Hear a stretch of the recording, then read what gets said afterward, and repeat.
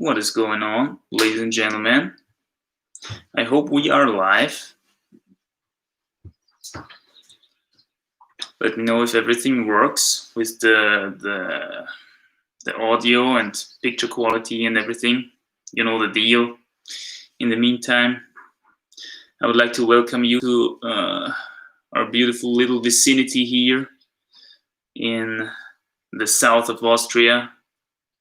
We're back in town, back in the country, back in the hood.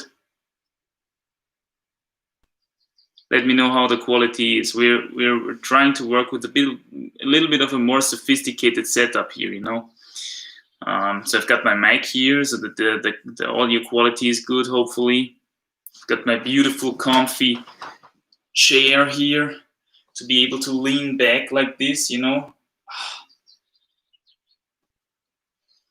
to have a little chat.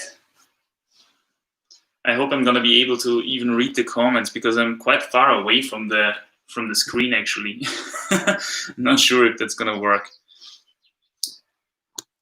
So let me see. Okay, Manny, let's go. JK says, "What's up, JK? Let's go. Title, don't forget." Yeah, I'm not gonna forget the title anymore. I'm not gonna forget the title once in my life anymore. You know, since I have this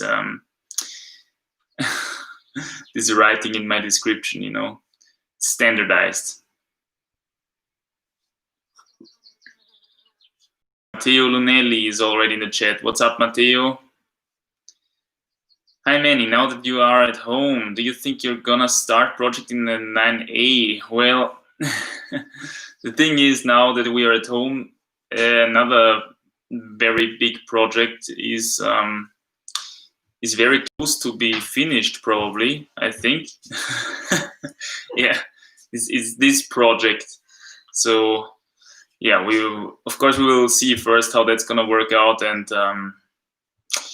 you know the deal. It's gonna take a lot of time, it's gonna take a lot of effort, but it's a new project, it's a new exciting thing, and I'm really looking forward to it. Actually, it's gonna be interesting. But yeah, obviously it would be cool to project the 9A as well. But I feel after all the endurance climbing in Greece, because if you ever have been to Greece, you know what the routes there are like. It's more like big tufas coming down, limestone, big walls, you know, like 30 meters easy, you know, sometimes 50 meters. It's more endurance. And it's really a different style from the routes that we have here in Austria, and also quite different from the 9A that I've at least took a look at, right? So I would have to get back into some boulder power, definitely. But actually, I already have a little bit of a strategy in my mind how I'm going to do that. Yeah, gotta go to some special place, do some outdoor bouldering, because as we know, outdoor bouldering is where it's at when it comes to being able to apply that boulder strength to outdoor rock on rope. So first that, get back into shape, into bouldering shape, and then we were really strong, and autumn comes, maybe we can work something out with this really hard route. Let's see. J. Ayao says, yes, live. Yes, live. Efrain Santelis, hi. Hi, Efrain. Oblak, hi. Hi, Oblak. Poffat, yes, is in the chat again. I remember you from the last stream, I think. What do you have there? Lasagne. Lasagne, nice, nice.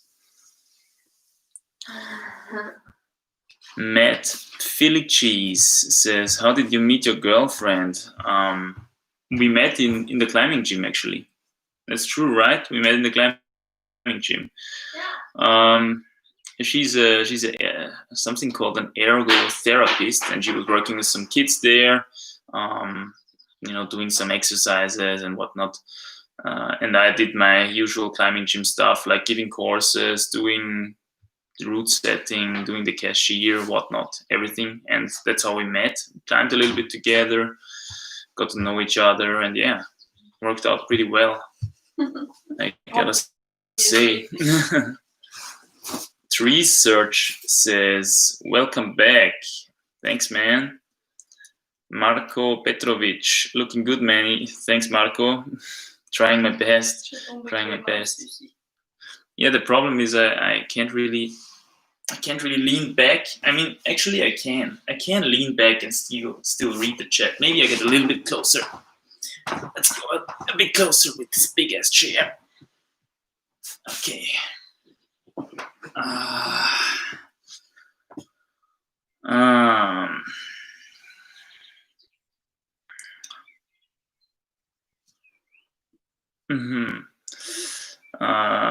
Efrain Santelis says, Efrain is probably how that's pronounced, huh?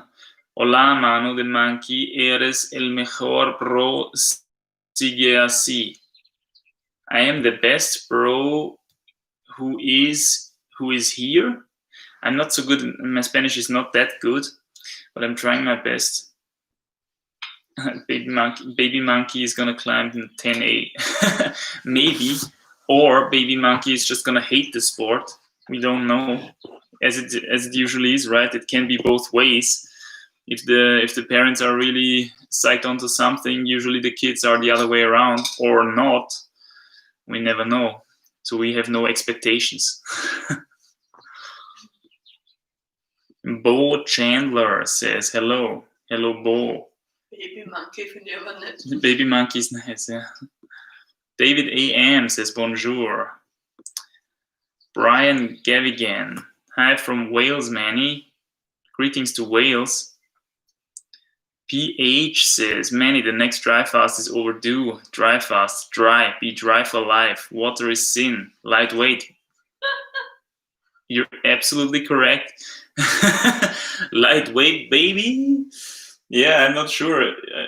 Definitely if it comes to the 9A projecting, we're gonna make use of some sick conditioning. We're gonna have to make use of some sick conditioning again. And I've got the dry fasts in my pocket, right, as one of my strongest weapons. But let's see if we actually have to utilize it, because I'm not so sure if it's if it's that healthy. Bob Chandler says, what is your favorite color? Hard to say. I think it's actually red.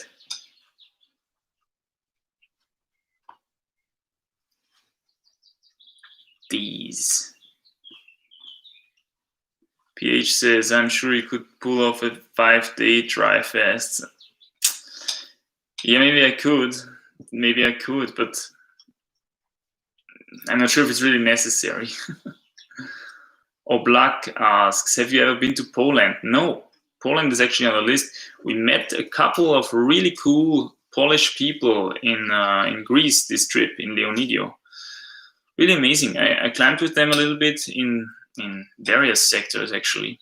And actually the beta for the flash that you've maybe seen, the Donkey Kong Jr. 8A Plus flash recently, which I posted recently, the beta for this flash came from these two people, and it was really helpful. They did an absolutely great job in trying to make the route imaginable from the ground, because actually there's a lot of tricks. I had to put on 2 knee pads, which is something that I usually don't like at all. And they gave me all the tips, where to place the knee bars and everything like that, so to save the most energy, because as you have seen, it's a super huge, long endurance route it's actually a boulder start and then endurance until the end, which you have to be really careful that you don't pump out, because it's really strange moves and super overhanging climbing. So if you do a mistake, it really costs you a lot of energy. It might not kill you, but it costs you a lot of energy, and in the end, then you're pumping out, on these big tufas. But yeah, it worked out with the beta from these 2 Polish people who were really nice. And they told me that there is actually some climbing, although a lot of Polish people like to go to the Franken-Jura, if I understood them correctly, because it's actually quite close, and a lot of them like it, apparently.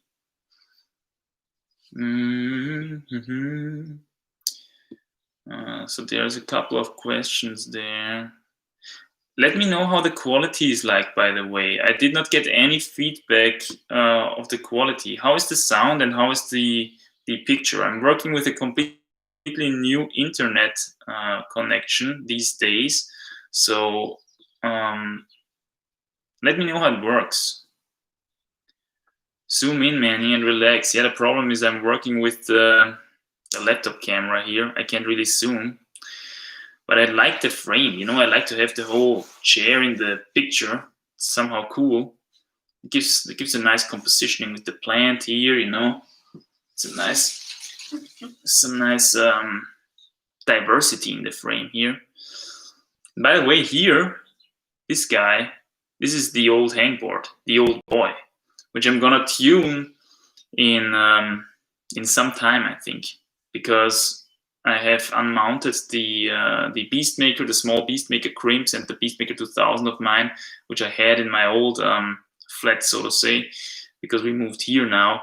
I unmounted it, and I still have to find a place to mount it. So I think I'm gonna mount it on the back of the old hangboard, you know, which I already put up here again. So that's gonna be epic. I'll probably make a video about it. It'll be cool. PH asks, are you going to dry fast again? He really wants me to dry fast. If it's necessary, maybe, but not if it's not necessary, you know. I don't think it's, I mean, it's putting a bit of stress on your body, right? It's not like there is some rejuvenate you and all of a sudden you're gonna be so much younger, and it's so that it pays off, you know. It's rather like it's putting stress on your body. It maybe cause some super efficient goals on your project, whatever it might be, right? So yeah, we will see if it's necessary. If it's necessary, for sure, it's going to be an interesting challenge again, definitely, but only if it's necessary. Maxim says, might be a strange question, but what grade do you think animals can climb? Ha ha ha. It's actually funny. I think there is stories of goats in Leonidio in Greece, because there's a lot of goats, right?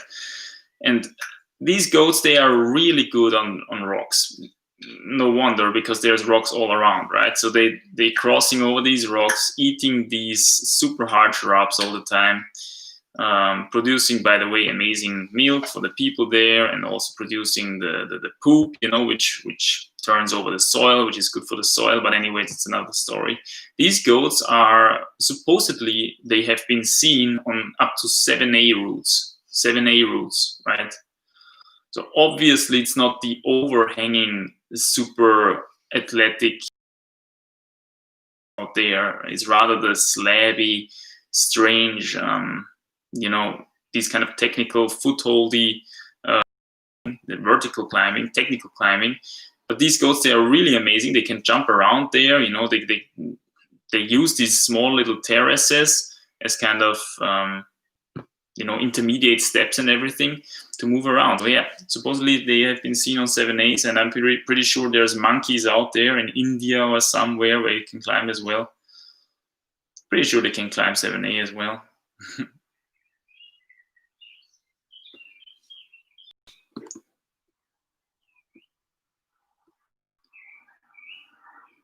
Sound is okay, but video not so much for me. Okay.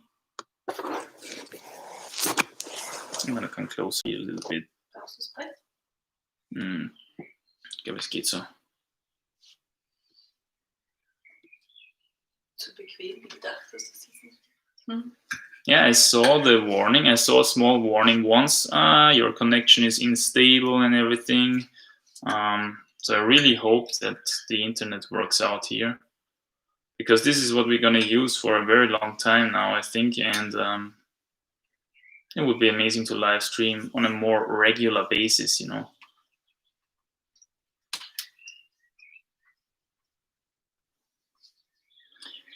Niccolò Dalmonego says, have you ever been in Arco? There are a lot of cool, really hard routes. Yeah, obviously there are a lot of routes there. It's a really classic old area, right? I have been there for 2 days once, much too short of a time frame. But yeah, it was enough to see that it's amazing. Unfortunately, I haven't gone there in the meantime. Would be cool to visit it someday. Matteo Lunelli, I would like to see more outdoor bouldering vlogs, Manny. Trying my best, man. Trying my best. Let's see what we can do. Simon Wiesensee.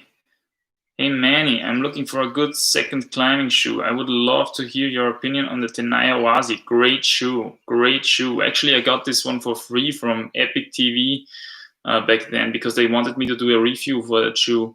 And I did, and I climbed it, funnily enough, in Leonidio back then, because that was at the time of my first Leonidio trip.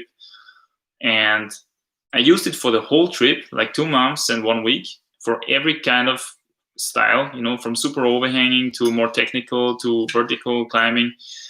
Works well on ins, I have to say. But you know, if you wanted a really good overhanging athletic shoe, then you would go for something a bit softer. But the shoe is actually quite soft, but very comfortable and has very good performance also on more technical and more vertical climbing. So Tenaya is great in my opinion. BLO says, wow, you're going to be a father, or am I missing something? Yes, man, it's gonna be interesting. Yes, I'm gonna be. How much time do we have left theoretically? I think 5 weeks. 5 weeks or something, yeah? 5 weeks. 5 weeks, let's see how it goes. Matt Phillies, are there any other extreme sports you enjoy doing? Extreme sports? No, not really. Not like, I don't do like skydiving or mountain biking or whatnot. I'm really I'm actually a pretty lazy guy in the end. I mean, aren't we all lazy guys? I don't know. Maybe. I'm actually a pretty lazy guy, and if I do something, it's usually climbing or climbing related. I also drive the bike from time to time. I like to take a walk. You know, I don't like to run. No thanks. I do it as a conditioning trick sometimes, very rarely, and it's amazing because if you do it very rarely, then it actually works, as I've explained in that video. The crucial conditioning tip for people with legs. But yeah, apart from climbing, I don't really do a lot of stuff. I mean, I do a lot of stuff, but not anything extreme sports like. Have you ever done tread climbing? What do you think about the additional element of mental fear that it adds to rock climbing? Well, you don't necessarily need to tread climb to have the additional additional mental factor of fear. That's something I've learned in the Elbsandstein area, you know, in the Czech side of the Elbsandstein, where they bolted routes, actually sport climbing style, but with huge distances between the bolts, right? And also huge distances to the first bolt. So you basically have to free solo a couple of moves there before you can actually clip the first bolt. So you could of course say, okay, these routes are semi-tread. You could put a friend there to belay yourself up on the way to the first bolt, but you don't really do that there, right? It's kind of the additional element of fear, like you said, on the way to the first bolt. And yeah, I did not do pure tread climbing so far, but I would try it at some point. Why not?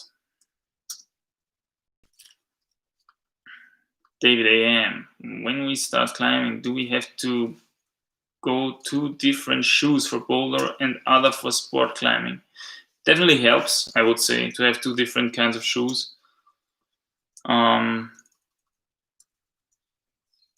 Also, especially with modern shoes, they are very specific, you know. There's some that are really soft, and there are some that they are a lot harder.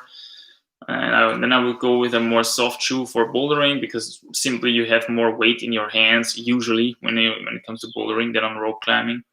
Not necessarily though. If you're climbing super overhanging stuff, a soft shoe can also be really good for rope climbing. So usually it's best to have at least 1 super soft pair and 1 pretty hard pair, you know, for the more vertical stuff. PH, I bet many couldn't pull off a 4-day dry fast. 100 hours. 100 hours. That would be pretty amazing already. Are you going to dry fast again? Let's see. I bet you can, PH. Of course I can. Vic Ram. Okay, I'm gonna scroll down as to see how the most recent comments are. I hope the quality is okay, by the way. I'm having such a beautiful setup here. I hope you can see it even with this bad internet here, obviously. No, actually, it's pretty good internet. Let's see. Shane Kramer asks, Manny, what is the most in-the-flow moment you have experienced on a climbing trip where everything was right, the weather, the smell, the routes, area, etc.? I had one recently with my daughter. Okay. Most in-the-flow moment. Like for me, in-the-flow moment only comes if I project a route for at least 10 attempts, right? If I do 10 attempts on a route, I get into the flow, and especially if it's an endurance route, because then I'm getting really good with the beta, I'm getting really precise, and I know everything, right? After some time, you just know everything. So that's, of course, really good for the flow. I think I had this in Leonidio, pretty sure, on some endurance routes, although I didn't spend a lot of tries there, especially this trip. I really tried to send a lot of routes in a very short time, not spending more than 3-4 attempts at max, you know? So then you can't really get into the mega flow. The most flowy moment I had in general in my climbing, that one I know, was when I projected my first 8C, Selbstsicher skinned, back in my home crag in the Athletsgeben, south of Vienna. Because I tried this route for around 70 attempts, you know. I think I had around 70 goes, not 70 attempts, but, you know, including the warm-up goes and the checkout goes, it's pretty sure around 70 attempts. And after so much time on the same route, then you really get into the flow and you can climb it really beautifully. And even now, when I get back to watch the video of the ascent, because I actually have, luckily, as I have the video of the ascent. Wow, I climbed really, actually the descending attempt was not so good, but even though it was not so good, you can see that it's really flowy. I had a lot better attempts actually, which I failed actually on the same day. Unluckily, I don't have the ascent of that shot, of that go, you know. That would be amazing to have the video of these very well executed attempts. But yeah, that's how it goes. You need to have, you know, a high number of attempts on the routes to get into the flow.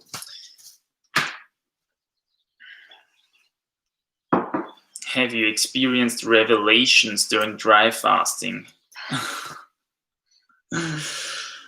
PH, you're so crazy about dry fasting, man. Be careful.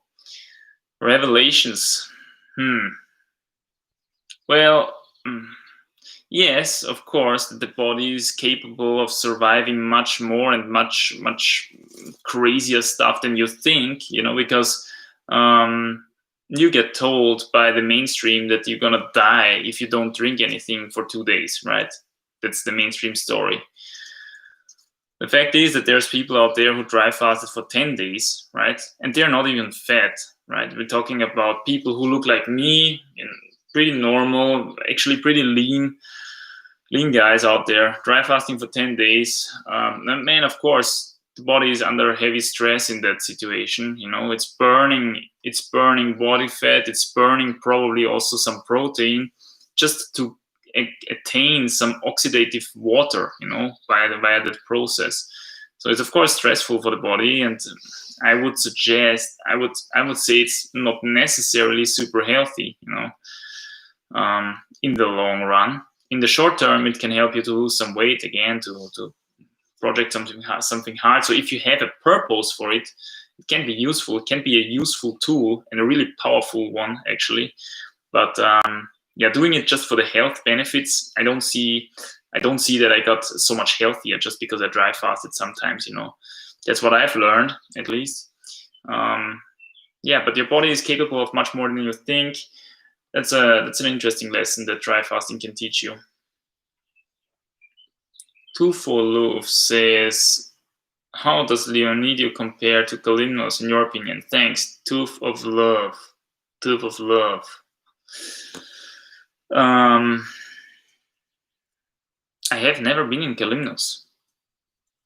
So I can't tell you the comparison. I only know that Leonidio is amazing and that there's a lot of tufas. I think Kalymnos is climbing style-wise relatively similar, but the cracks are on a much denser room. You know, they are much more close to each other. In Leonidio, you have a vast area. You know, the closest crack to the sea is about 40 kilometers apart from the furthest crack from the sea. So it's a vast area, and I really like it actually, because it's always a little adventure, right? You're hopping into the car, you're driving somewhere, then you have a little bit of an approach, and you really get to know the landscape there that way. If you just visit a couple of different cracks in Leonidio. I don't know how it is in Kalymnos, to be honest. I've never been there, as I said, but I think from what I've heard, it's much more like the plaisir climbing experience. You climb in the morning when it's still cool in some shady sector, and then in the afternoon you just go to the beach, which is not far away, and hang out there, you know, have a nice evening. You can do that in Leonidio as well, of course, but if you go to the furthest away sector, you have to do 40 kilometers, you know. So it's really good to have a car in Leonidio, and even better to have a car in which you can sleep, right? Brian Gavigan, do you think it is important to do many ascents of each grade before moving on to the next, or do you think you should be jumping up grades as much as possible and always pushing difficulty? Interesting question. If you really wanted to be a complete climber, you know, like technically good at on-sighting, good at flashing, this kind of stuff, then you should do the former. You should do a lot of routes. Essentially, you have to do as many routes as possible if you really want to be a good climber.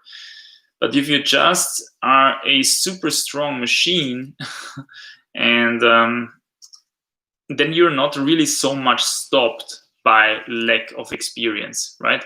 I've talked about this in my genetics video, or I don't remember in which video I talked about it, but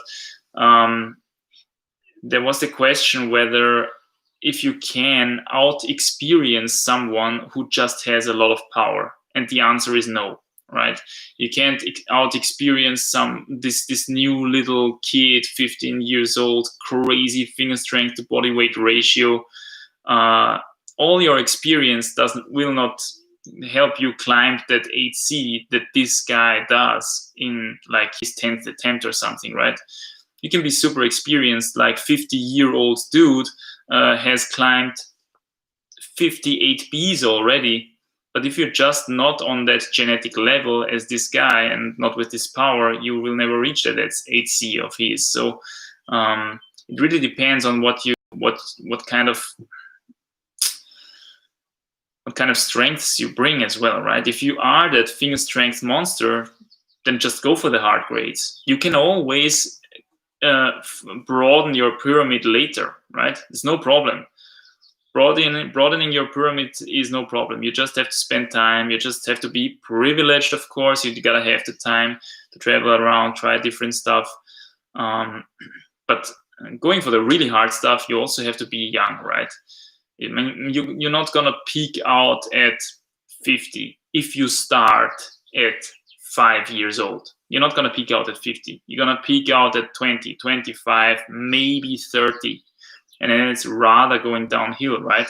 And the more it's going downhill with finger strength to body weight ratio, the more you have to work with experience anyway. So push it quickly. If you have the feeling that you're still not on your limit, right? There is no reason to wait. And once you hit a wall, like then you can start, broadening your experience and try to, with that additional body of experience, push into even higher grades. But if you're still progressing very fast, there is no reason to wait, right? There is no reason to say, okay, no, I'm not gonna try that 8A, although that 7C plus now feels super easy. I first have to broaden my pyramid below 7C plus or something like that. No. You can go to 8A right away. It's not a big problem. Don't have great respect, right? Especially if you're progressing super quickly at the beginning, don't have great respect. Just go for it. Orpheus says, might be a standard question. Are there any true methods to make your finger skin grow back faster? My skin gets really torn up sometimes outside and I have to rest for a full week. Okay, a full week is a lot of time for skin rest alone, if you don't have any splits or really severe injuries like that, right? So, my tips for quick skin recovery. Use raw animal fats, right? There's a lot of creams on the market nowadays with bee wax and all different kinds of herbal ingredients and whatnot. They want to be able to write a lot of stuff on the label so that it sounds good, so that they can charge a lot of money for it. In the end, the best, by far, in my experience, the best skincare supplement, if you want to call it like that, is raw animal fat. Something like some beef tallow or stuff like that, right? This you can use as a cream. And it's really gonna increase skin recovery, especially if the skin is really dry and cracky. If you don't have that problem, if your skin is rather soft and just always getting injured, by these sharp features of the rock, then it just might be your genetics as well, right? There's some people out there who just have really fine fingers and fine, also soft skin on the fingertips, and they may never really get that crystally hard fingertips of the pros, right? This is also actually a maybe neglected genetic factor when it comes to outdoor rock climbing, right? Do you have the genetics to be able to generate this skin to resist these crazy forces when you crimp down a small sharp edge? But yeah, in terms of recovery, if you want to have my 2 cents, raw animal fats, experiment around with that. Butter does not work, for example, even raw butter, because it's slightly acidic and it doesn't really help the recovery. But anything, anything like tallow or stuff like that, that really works well. Okay, so here we have, I think, a Russian Cyrillic name or something. I can't read it. How to get chicken legs. My legs are quite muscular. Yeah, man. If you have the genetics like that, if you have big legs, there's nothing really you can do, right? There's nothing really you can do. That's my opinion. You can do an evening run before you're trying projects. This is something that I've talked about previously. Crucial conditioning tip for people with legs, for climbers with legs. You eat in the evening. Afterwards, you do your 30-minute jog, or very, very slow paced, very easy intensity. And by this, you're emptying your glycogen stores in your legs, and they get a lot thinner, they get a lot lighter. You lose a lot of water weight as well, usually. And then next morning, you can crush your project, right, with those light legs. But you have to do it kind of in time, because after some time, the body is going to regenerate this glycogen, and they're going to be heavy again. Vigram says, congrats to both of you. Congrats, bro, to both of you. You just heard the baby on the way news. Yeah. Thanks, man. Thanks. Somo says, hello. What's up, Somo? Petit Koraya says, hey, yeah, what's up? Again, the Cyrillic name.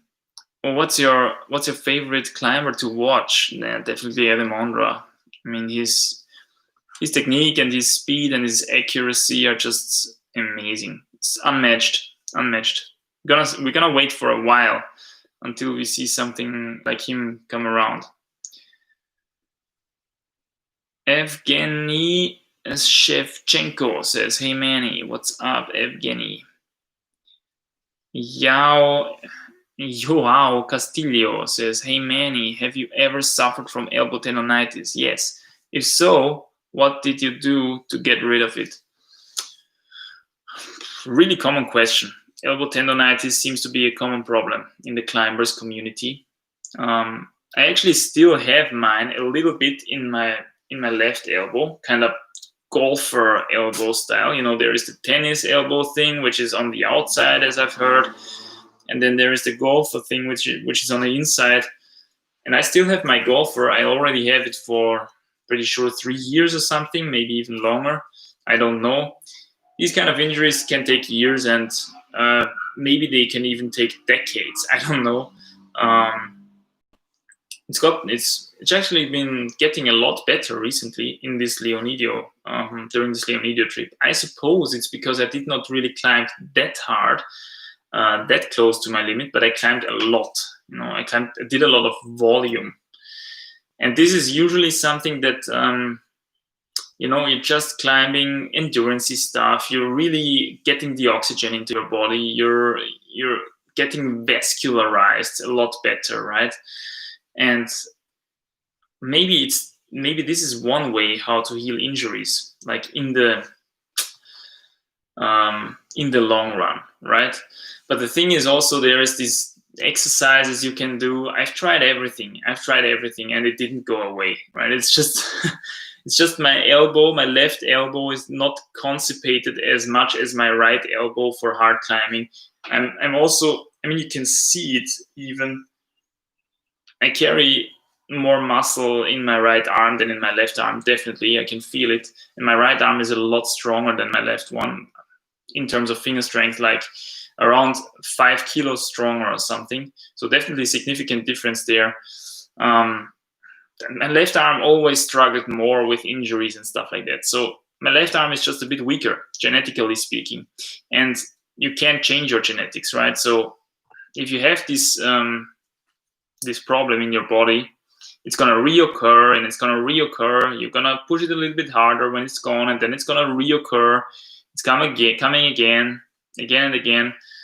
And maybe at some point, if you're so close to your genetic limit when you can't climb any harder anyway, maybe it's gonna go away then, because then you can't push it any harder anymore, right?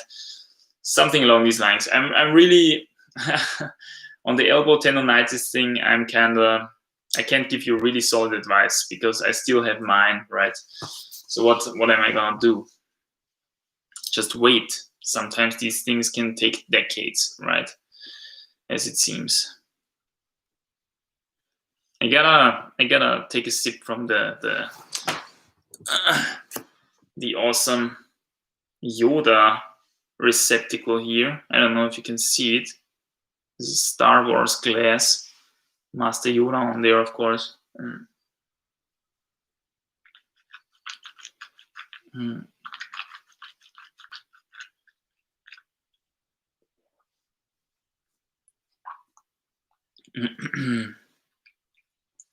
Mladen Pusic says, Dave McLeod used a vegan diet for losing leg muscle. Yeah, you can lose leg muscle on any diet, right? That's not really connected to any diet. What he also did was he did a lot of running. And as far as I know, what he also did is he was in a calorie deficit, right? Caloric deficit, where you're going to lose weight in general on a caloric deficit. But you can do that on any diet, right? That's not really calling for a vegan diet to have chicken legs. Although a high carb vegan diet combined with a lot of exercise is definitely going to shred you down. I've seen this myself. I've experienced it myself. Question, is it healthy or not? From my modern perspective, I would say it's rather not healthy, right? It's rather not healthy. Your body should be at a healthy body fat percentage. And that's what you're going to shred down on a high carb vegan diet, especially combined with a lot of exercise. A high carb vegan diet without a lot of exercise can actually make you blow up pretty quickly, I think, if you have a bit of insulin resistance and all that kind of stuff. David E says, hi Manny, do you use any type of food supplementation, protein, amino acids, and during your vegan times, did you find it necessary? At the moment, I don't use anything, nothing but good food. And back in my vegan days, I experimented, obviously, with a lot of stuff, because I don't know, somehow I had the feeling I could not really progress. From a modern point of view, I'm just seeing it like that. I was very light for my body genetics, and I was climbing really hard. I mean, I don't doubt that. I climbed my first 8C when I was still fully high carb vegan.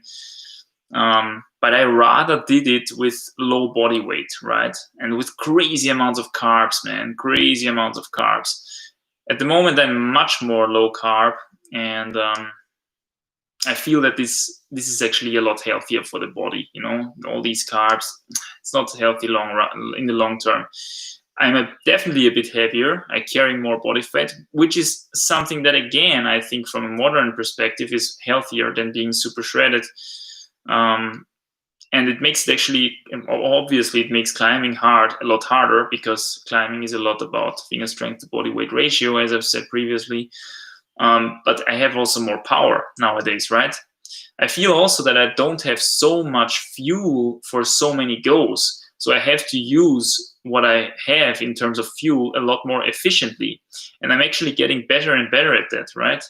I'm spending only half the goes of what I spent back in the day for sending the same routes. So this is how I can see progress there, right? I'm definitely getting a lot better with strategy and stuff like that, but I am getting off track here super heavily. No, I don't use any supplementation at the moment. Back then in my vegan days, I used definitely B12, because obviously I was thinking, I have to take B12. I also did the one or the other blood test, and I had one with very low B12 levels, and after that one, I supplemented B12. Although from a modern perspective, I honestly don't even, I doubt that supplementation of B12 actually helps, because the B12 is coming in a super artificial form, in form of a pill, right? Or in form of a spray, or whatever you're using. Maybe you do the injections. But I don't think it's very healthy that way. I think it's rather better to get it from natural food sources, right? But B12 is not found in any plants, right? So there you have the first problem of a vegan diet, in fact. But anyway, I also tried hemp protein. I tried all kinds of, there is also this Sun Warrior vegan protein blend with, I think, rice and peas and whatnot. I did the stuff in my smoothies, tried it out, didn't feel any real difference. Maybe just short term, 1-2 days feeling a bit different, but then it stalled out again, and I felt like I did all the time, right? Did I try anything else? I think in winter, I once had these vitamin D drops, because my vitamin D levels were so low, obviously, because I was living in Vienna, and Vienna winter is just pure horror. It's just like gray sky 90% of the time, right? So you don't get any sun, you don't get any vitamin D. All the people in Vienna actually have low vitamin D levels, especially during winter. So I supplemented with that, but also didn't feel any effect from it, right? Nowadays, actually, I feel that I have a lot more cholesterol in my body, simply because of what I eat nowadays. And I'm actually a lot more able to synthesize vitamin D myself. I don't get sunburned as easily. Back then, I was getting sunburned super quickly. Nowadays, I'm tanning a lot quicker, and I really can feel that my skin is able to soak up that sun energy, right? Whereas in the past, I was just getting damaged. The heat, the skin was heating up super quickly, and it was really hurting, right? So there's some interesting details there when it comes to health and the vegan diet compared to a normal diet. Nicholas Marshall, hi Manny, any thoughts on collagen supplementation? Never tried it. Never tried it. All I can say is it's probably not necessary if you just eat a normal diet. If you eat everything, right? If you eat also animal products. Okay, I'm gonna try to put on an additional light here because it's getting kind of dark.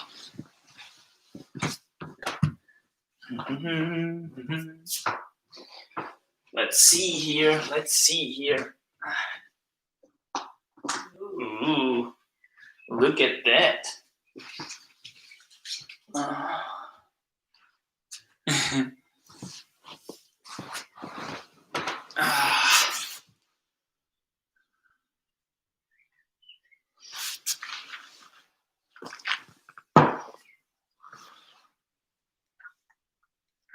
Well, that's a lot better. What do you think?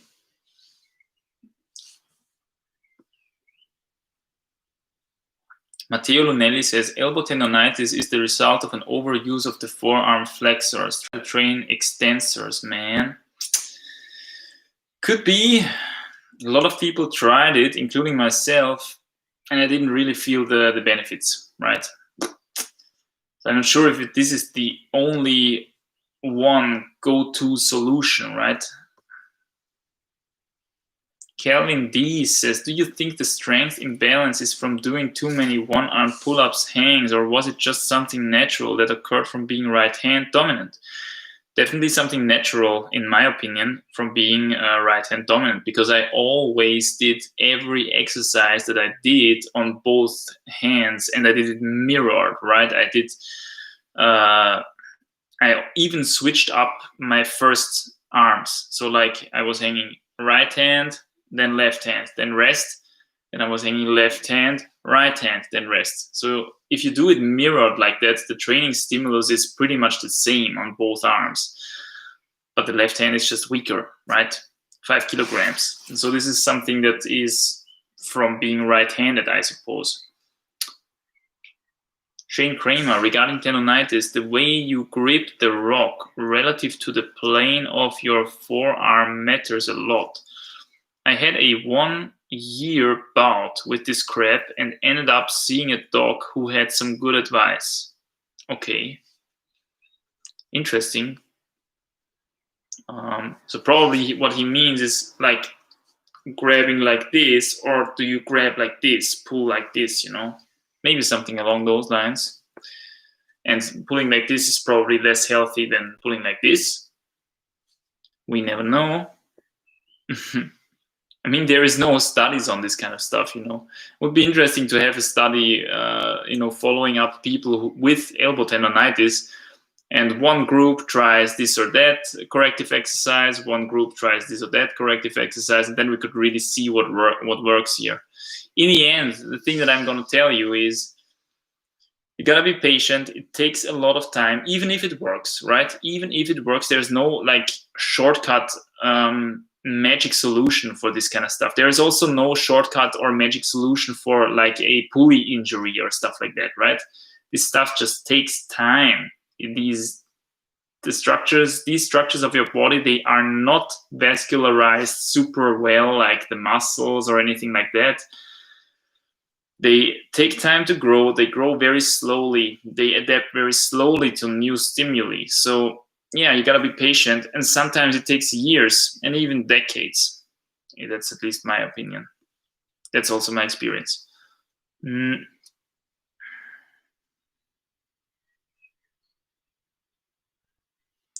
Giovanni Steccia says, do you have any suggestions on how to improve the mind game and be in the zone on command? Any routine you have before a climb? Well, what really helps is checking out properly the go before, okay? And I mean really properly. You have to know every handhold and every foothold at least, and the moves in between, every clipping position as well. This helps a lot because then you're not like in this kind of mindset that you think, okay, I've got these moves, and then it's all of a sudden black, right? And then you only have in your mind, okay, at this point I have to improvise. I'm gonna have to improvise because I don't know really anymore. This is gonna make you nervous. Stuff like this is gonna make you nervous. If you know everything, then you can really give it your best shot, and then you also don't have to be angry or stuff like that if it doesn't work out, right? You don't have to be angry or sad because you just have not been strong enough yet. You didn't do any mistake. Most people are actually nervous because they are afraid of doing mistakes and giving away the attempt unnecessarily. And this is completely rightfully so. We don't want to waste energy. If you would be really strict, you could say, right, any attempt that you spend unnecessarily reduces your lifetime unnecessarily because you're spending extra calories. It's gonna piss you off a little bit, especially if you've been trying the route for some time already, right? So the other way around, being able to climb a route really, really fast really gives you a good feeling because you always get this experience of like, wow, I really did it as fast as I possibly can, right? I did not maybe do the on-site, but if I failed the on-site, then I at least did it second go. And on-sighting is a completely different game anyway, again. So, yeah, you get what I'm saying here. Spending attempts unnecessarily is really annoying. It really, if you do a stupid mistake or stuff like that, that's really annoying. So you really want to avoid that. That means you have to check out really well. You have to know the route really well. Before you go, you do some breathing. You close your eyes for 30 seconds. You repeat the moves, and you get already into the flow, like kind of mentally, you tell your belayer the critical moves where you could fall, so that you are sure that you're free of fear of falling, right? This is another thing. People are afraid of falling, and then they get nervous, they do mistakes, they grab quick draws and stuff like that, and then afterwards they are angry at themselves because they grabbed the quick draw, right? You gotta do these kind of things to be really in the zone, as you call it, and then you don't give away attempts unnecessarily. That's what feels good. Climbing routes fast, not giving away attempts unnecessarily. Amy Allison says, how often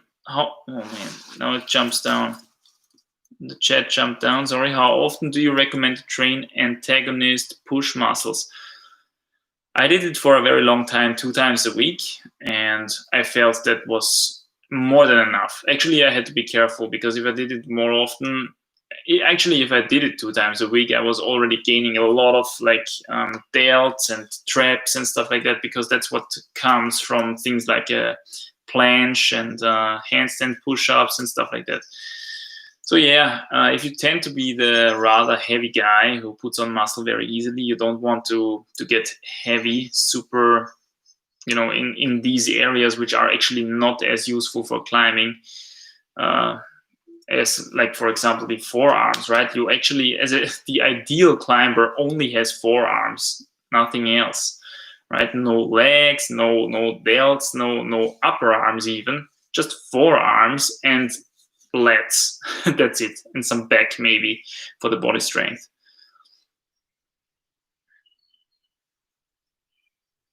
Smanka says, many you legend. How was your overall trip to Greece? In how many places on the way back did you stop? We stopped a couple of times actually, not necessarily for climbing, but simply because the way is quite big. It's like 30 hours by car or something. We went back through Thessaloniki, then Bulgaria, actually, because that was the one which opened the borders sooner than compared to Macedonia, I think, which is still closed, or I'm not sure actually, maybe they are open as well already. But Bulgaria was open, so we went through Bulgaria and then Serbia and then Croatia and then Slovenia and Austria.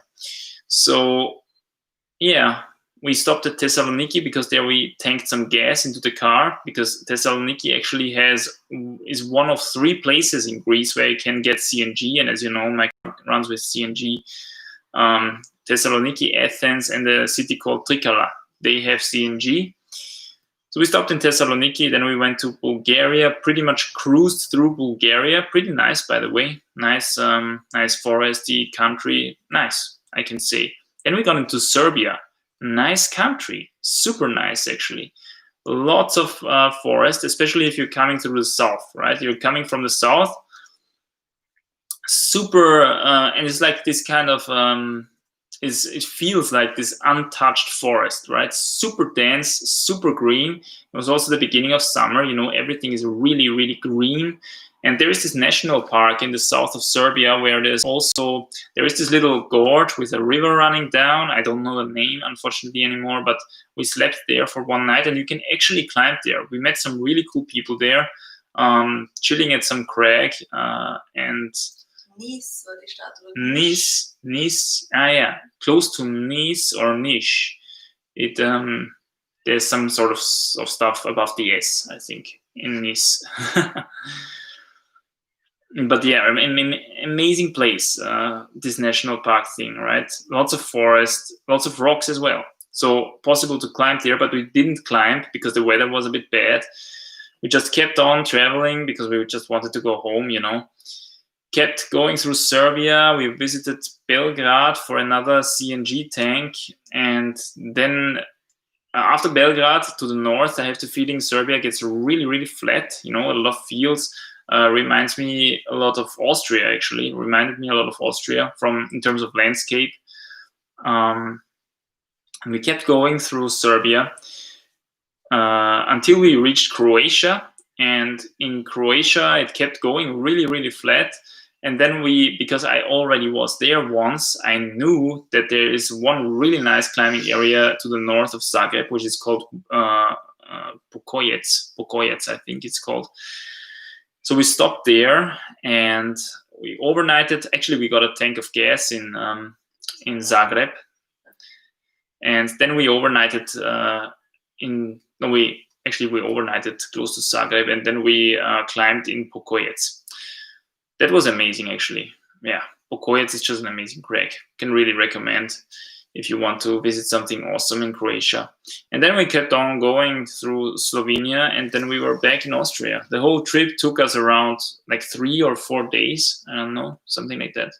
And we actually started in the most southwest toe of the Peloponnesos, so to say, because there is this awesome beach, kind of a really nice looking sand beach there. It's kind of an attraction. And there we overnighted, and on the next morning we just kept going. Patras, Thessaloniki, Bulgaria, Serbia, Croatia, Slovenia, and Austria. 3 nights. Yeah, it was amazing. The overall trip to Greece now was just amazing. I have the feeling we did the most right thing that we could do, right? We went into a country where all this stuff, you know, with the, I can't really say the name because YouTube seems to censor this kind of topic, but you know, the unicorn thing, basically the unicorn virus thing was not big at all in Greece, right? And yeah, was really relaxed. If we didn't have access to internet media, we wouldn't even have known that it's happening, right? Spanka, I'm looking forward to many more uncut vids. Yeah, man, they're gonna come. They're gonna come for sure.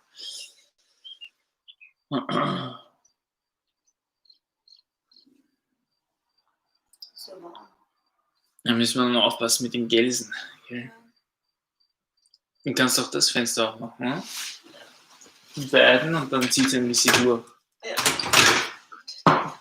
It's getting kind of warm here in Austria already. Summer is definitely coming. Whoops.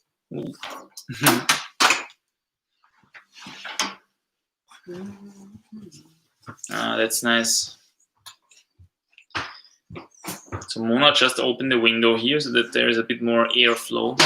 We actually have a nice cherry tree outside here, which carries a lot of cherries already. That's looking pretty nice. It's quite in the evening. Yeah, some bird noises in the background, and the grasshoppers are chirping. Gibt's denn Orangensaft?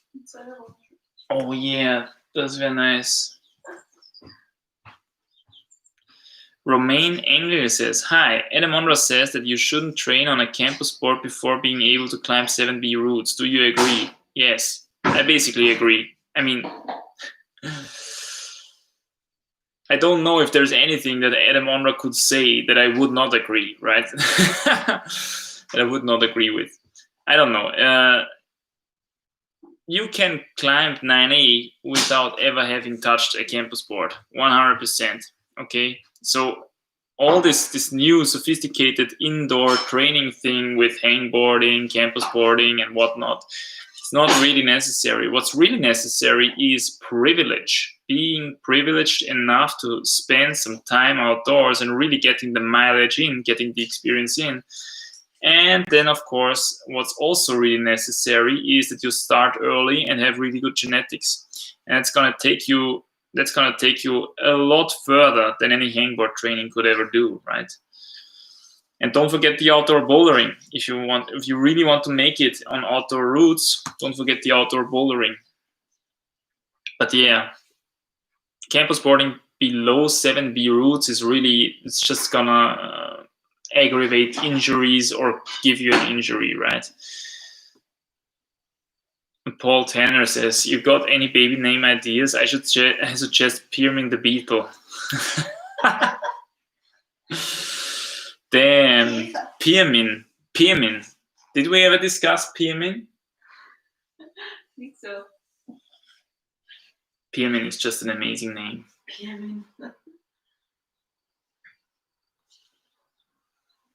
Pyramid the Beetle. No, we actually discussed some baby names, but they are kept secret because we decided to see. Actually, by the way, I don't know if I can say that. Can I say that? We still don't know the gender, right? We still don't know the gender. So let's see what names in the end we can even use. But we're gonna see what it looks like, and then we're gonna try to find a fitting name, something along these lines. It's gonna be interesting. David E says, how long did it take you to learn the handstand and one arm pull-up? How are you doing with the planche? Man, how long did it take you to learn the handstand? I think 2 weeks. That was back in my high school times, actually, in the exercise Turnunterricht. I only know the German name now, Turnunterricht, the sports, sports education. I spent some time there, always against the wall, trying to do some handstand push-ups, because I had the feeling that I was not lacking so much in terms of balance, but rather in terms of just simple strength, right?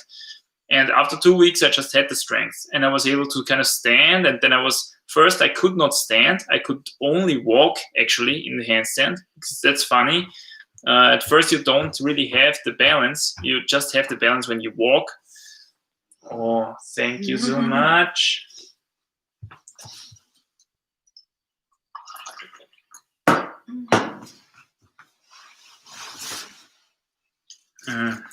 Very good. The one arm pull-up took me a lot longer. The one arm pull-up took me, I don't know, maybe half a year or something. The one arm pull-up was the reason why I started building this thing, right? I mean, not the whole construction, but the thing that's up there, which is on top of it, it was actually hanging above a door frame in my first flat that I had outside of, my mom's flat, so to say. That was what I was building back then, and I built it for training for the 1 hour, for being able to train for the 1 hour. Later then, I moved out of this flat. I took this thing with me, and because I wasn't able to mount it in the new flat because the walls were so shitty, they were so bad, I had to build this kind of construction there to mount it on that. And since then, it actually comes with this construction there. Before, it was just a thing above a door frame. And I was training, I'm sure, half a year for the 1 hour. And I had a pulley system with where I could control my assisting weight. This is something that is very important, and I recommend very much to anyone who wants to get the one armor down. How are you doing with the planche? I didn't get to the planche recently, man. We did so much stuff. I just didn't find the time to try it a lot, you know. So I guess I lost a bit of progress again in the meantime. But I'm pretty sure if I would train it now again, in 2 weeks I would be where I was when I stopped again, right? And then I could keep progressing.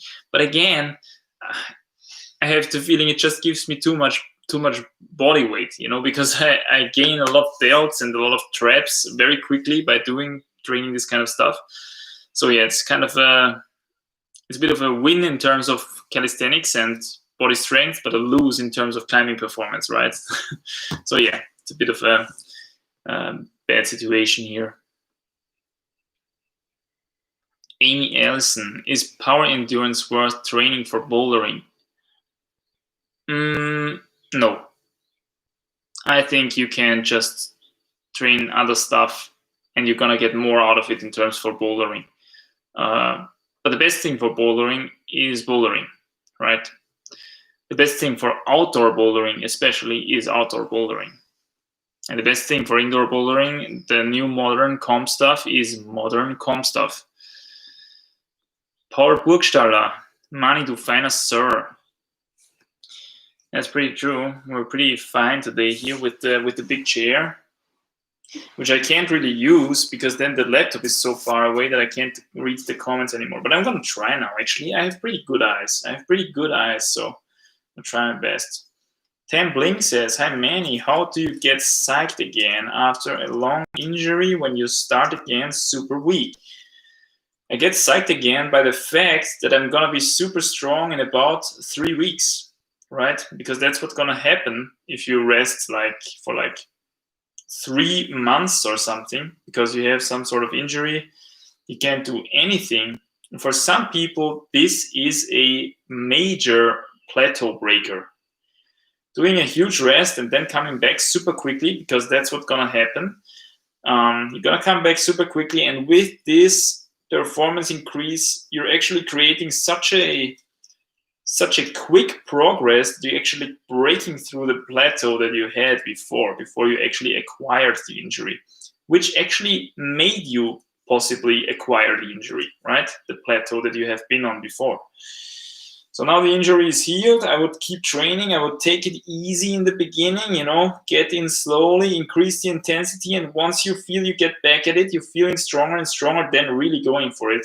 And riding that comeback wave as much as possible. And then you're going to find yourself super strong in 3 weeks, 1 month, depending on how old you are, depending on how long the rest really was and stuff like that. But yeah, that's what gets me psyched again after a long injury. Abstrafurcation. Hey Manny, since you came around to a lot of climbing destinations so far, what do you think about grade differences between areas, countries? My hardest grade so far is 7C and my goal is an 8A in 2020. Very interesting topic.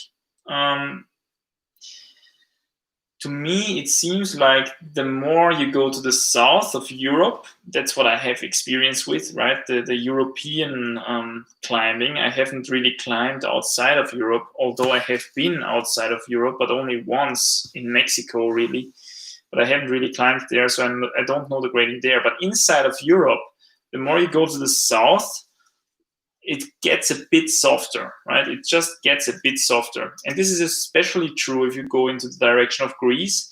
It is also a little bit true if you go into the direction of Spain. I don't know why, of course. For me, it's the case also. Some people say it's differently. It's just this weird Middle European white limestone, which is very not readable. It's very strange, weird moves, often very bouldery. Whereas in the south, you have this more orange limestone where chalk spots and footholds are much more visible because they are much more they have a different color, right, than the rest of the rock, so you can read a lot easier, and it's more endurancey. It's just simply more endurancey. In the middle of Europe, we rarely have these amazing 30, 40 meter lines, that are just king lines, endurancey, shaky lines, which you have in Spain and Greece and all these countries. And it's just so that, in my opinion, these endurance routes, they are just a little bit easier to climb, because endurance is just a bit more easy to attain than max power, than boulder power. And this is what you often really have to have in these high-end Middle European routes. That's just how I see it. So I feel that it's getting a bit softer towards the south, and to the north, I don't really have that much experience as well. I've climbed in some really, really hard crags in Germany and in the Czech Republic. I've seen some decent crags in Norway, where grading was really standard, in my opinion, really nicely hit. And yeah, apart from that, I really have to think what I have experience with. I climbed in France. It's also really normal grading, in my opinion. Yeah, that's what I can say. It's interesting because now in Leonidio, because it was considered as a softly graded climbing area, they made an effort to regrade a lot of routes, and they downgraded a lot of routes. So a lot of people are a bit, they look at this with mixed feelings, because now their ascents from their holidays are getting downgraded. But it's just like the locals, they want to prevent that Leonidio becomes this holiday crag where, people go for their first 8A and for their first 8B and for their first 7C or whatnot, and I personally think it's maybe a good idea, it's maybe a good idea, because usually it's more rewarding to climb in harder graded areas than in softer graded areas, even though you can get more success events in softer graded areas, obviously, because it's just softer graded. But the really hard graded routes, they just stick in your mind a lot longer, and it's the more memorable routes usually, right? It's hardly that you say, wow, I climbed this super soft 8A in Kalymnos or whatnot. It's rather that you say, wow, I tried this super hard 8A. It's crazy hard for 8A in the Frankenjura or in the Elbsandstein or somewhere, So if you really want to add a bit of epicness to your story to the climbing story, so to say, I have the feeling it's better when areas are graded rather hard than easy, rather hard than soft. Damn, we had a really busy day today. My voice is already starting to go down.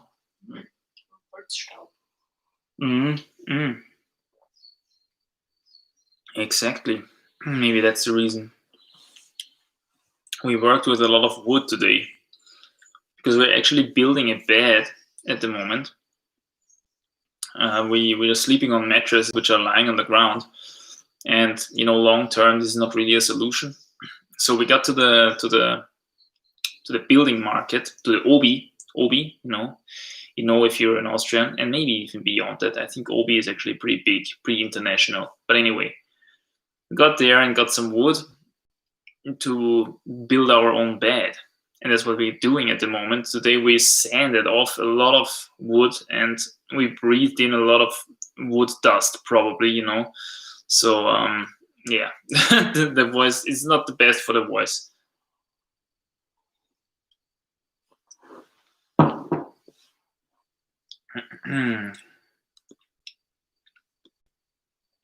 Okay, chat is jumping down again. Let's see.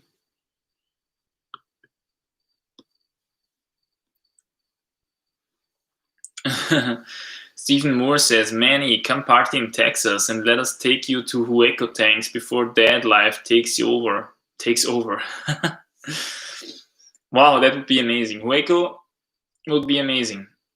But I don't have so much time left, man. Well, I have so much time left. Actually, visiting the Americas and doing some climbing there would be really amazing at some point. Abstraction. So do you think it is a bad thing to just visit an area with softer grades to reach a great goal? Well, how sure can you really be that you've mastered the grade if you had to go to a soft graded area to attain it, right? That's the thing here. If you climb the thing and you're thinking, yeah, it's maybe graded 8A, but actually it feels pretty similar to those 3 7C pluses that I already did back home, just simply because it's just it's softer graded where you are now. And at home, it's your home crag. Usually the more local, the smaller local crags, they are usually a lot harder graded simply because it's very often that only a small crew of locals goes there and tries really hard, and they are always, it's kind of an auction. It's almost like an auction house, right? They are over betting themselves. They say, this is only 7B, but now I did something, maybe 7B plus, then another guy comes, okay, no, it's only 7B. And this way, it's an incredible great deflation, and you're ending up with 7Bs that are super hard, which somewhere else would be graded 8A or something along these lines, right? So this is really how much fluctuation there can be. In the end, it's a personal thing. Grading is a personal thing. How often should you train max power? How many rest days between? 2 times a week, 2 to 3 rest days in between. I mean, not complete rest days, right? But not training max power at least. Because I feel you really have rested, right? Not necessarily. If you do it after a super endurance-y day, like let's say you did 3 goes on rock that day and you still have something left in the tank, and those were endurance routes anyways, you didn't even access your max power during that climbing day, well, then you can still have a quite effective max hang training session on your hangboard at home and then do a rest day afterwards, right?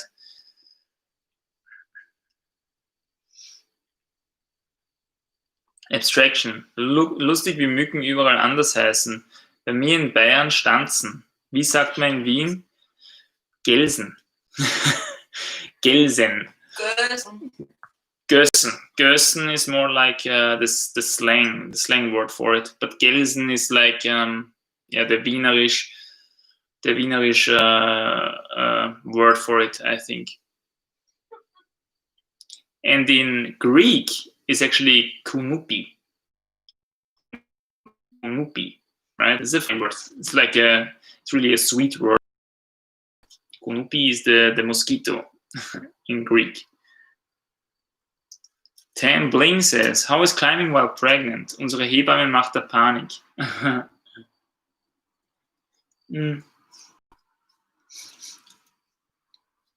Understood. What do you think? Do you want to answer? Our midwife doesn't panic at all. No. I felt fine until the end of the 6th and 7th month, I think. I think the limiting factor is really how you can handle the harness, right? If the harness is getting too small, then you have to stop. But before that, putting up an easy top rope. Yes, just top roping. I was afraid of falling. Of course. But on top rope, I felt like it's no problem. Because the harness is pulling to the front, and so it doesn't push the baby on the front. Yeah. So I also belayed him, and he fell into the rope, and that was no problem. But I think you have to decide for yourself, because my belly might be not too big in average. So just decide for yourself. Just don't fall on the belly, of course. Yeah. Yeah. But for me, it was fine until a point, and then I stopped. Yeah. But I miss climbing already. Yeah. In the end, I climbed with some other people. So yeah, I got belayed by someone else. I belayed someone else in return, and Mona was chilling, making stuff like this. Yeah. Enjoying the time outdoors and everything. But yeah, I think you should just go with what feels comfortable for you. Probably the body sends you signals anyway, right? It's not stupid like that it's just gonna say yeah, just go climbing, and you get the message. Just be reasonable and try to do what feels good for you. So we did it, and it worked out so far quite well. Okay, so we checked that as well. Aldo Parenti says, "Hello Manny, long-time fan. Do you have any thoughts on training hangs with finger spread versus finger closed?" That's an interesting question. Never thought about that before. You mean like grabbing an edge like this or like this? I don't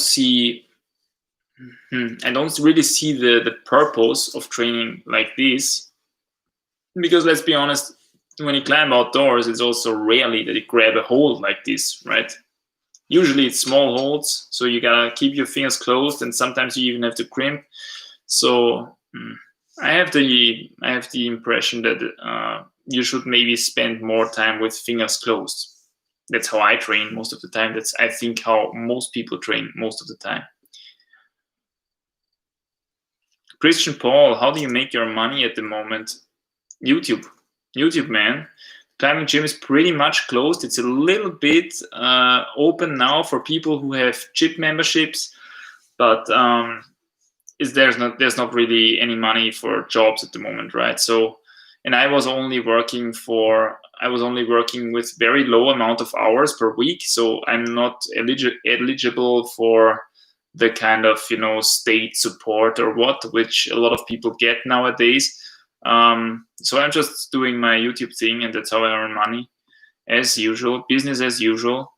And since I don't need a lot of money, this is no problem, This is actually pretty awesome.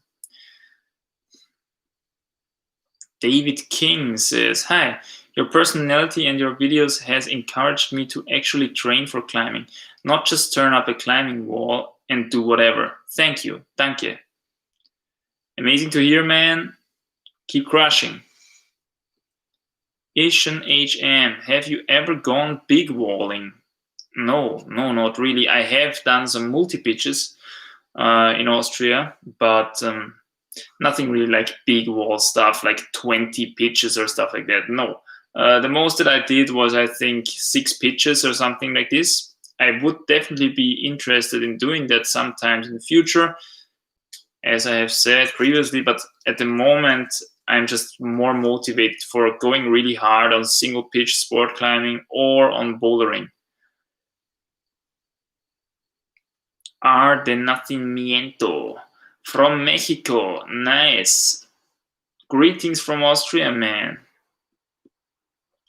Halfdan85 says, "I am going to a duty station where I won't have much access to climbing. How can I keep in shape and even develop strength?" Well, can you bring a portable hangboard? Then you could try doing some hangboard sessions. If you can't do that, then at least do stretching and body strength and take a full rest. Do some antagonistic training, do some body strength, and give your fingers just a full break, and then come back, riding the comeback wave and enjoying quick progress and maybe breaking through the plateau that way, right? So something along these lines. Cheers, bro. Yeah, cheers. PH, what do you think of non-plant superfoods, e.g. red meat? Well, to be honest, it's good stuff. It's good stuff. Yeah, I did my experiments, as you know. I tried all kinds of stuff, but you learn what you only learn what certain things are good for in terms of nutrition if you leave them out for a really long time, right? This is how you learn. This is also how fasting can teach you stuff, right? Because when getting really hungry, you actually learn to really crave what your body really needs, right? So you're sharpening your instincts that way, and then you're gonna learn what you really need. And I tell you something, there is a certain power to red meat, for example, which you cannot obtain from anywhere else. Probably, I think it also has to do with different cuts, right? So not all red meat is a super powerful food, right? But some has, I think, a really high creatine level, for example, and that, of course, you're gonna feel when you eat it, right? So there is a certain power that you can attain from red meat that it does not come from anywhere else. Even from different sources of meat, you cannot attain this kind of power. So in that sense, red meat is awesome, right? When it comes to performance. Abstraction. Interesting about grades is also that old roots are graded harder. I did a 7C from 68. Back then the hardest root was 8B, so 7Cs were still top notch. I agree. Usually the old school climbs are graded harder. This is because we are living in the age of general grade inflation.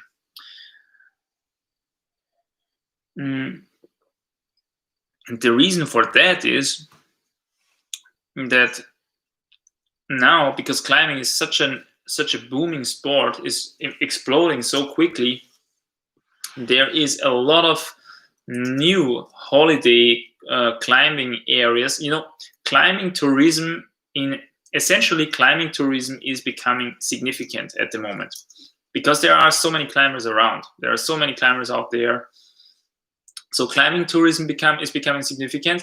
People have understood that it is actually possible to make money by going somewhere, bolting a couple of routes, making a guidebook about that area, and then selling the guidebook, right? Because if you do that, then you just have the rights, so to say, to sell this area, and you sell this guidebook, and from then on, it is almost as if you have a passive income, right? The climbing area is not going to go away or something. It's just going to stay. The guidebook is going to stay. You update it from here and there. You add new routes. And this way, a lot of people make a lot of money nowadays, right? So people have understood that there is a growing market for this kind of stuff, for climbing tourism. And the thing is, though, what people tend to do when they want to make a new area really popular is that they rather grade it softly, of course, because then they lure people in more, right? People like to have success events. They don't like to struggle super hard, especially if they are on holidays.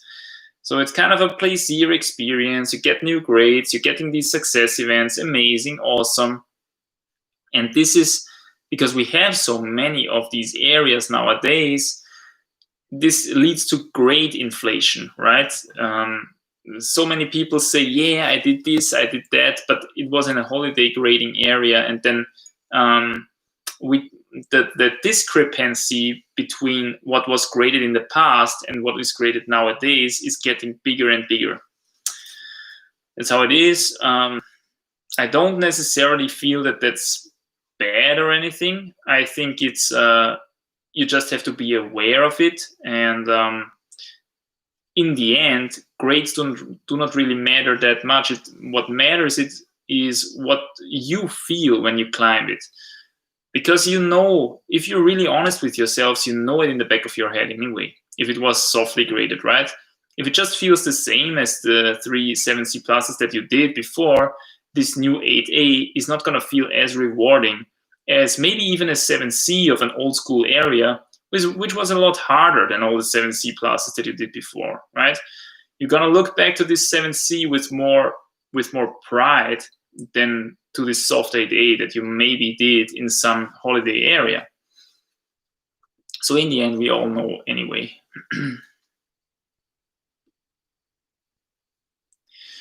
Abstraction says, have you been to Altmühltal? No, not so far. There are 7As that can shut down 8B climbers. For sure. I believe that totally.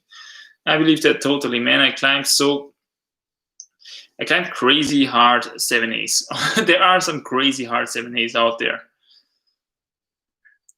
Joshua Van Wyck.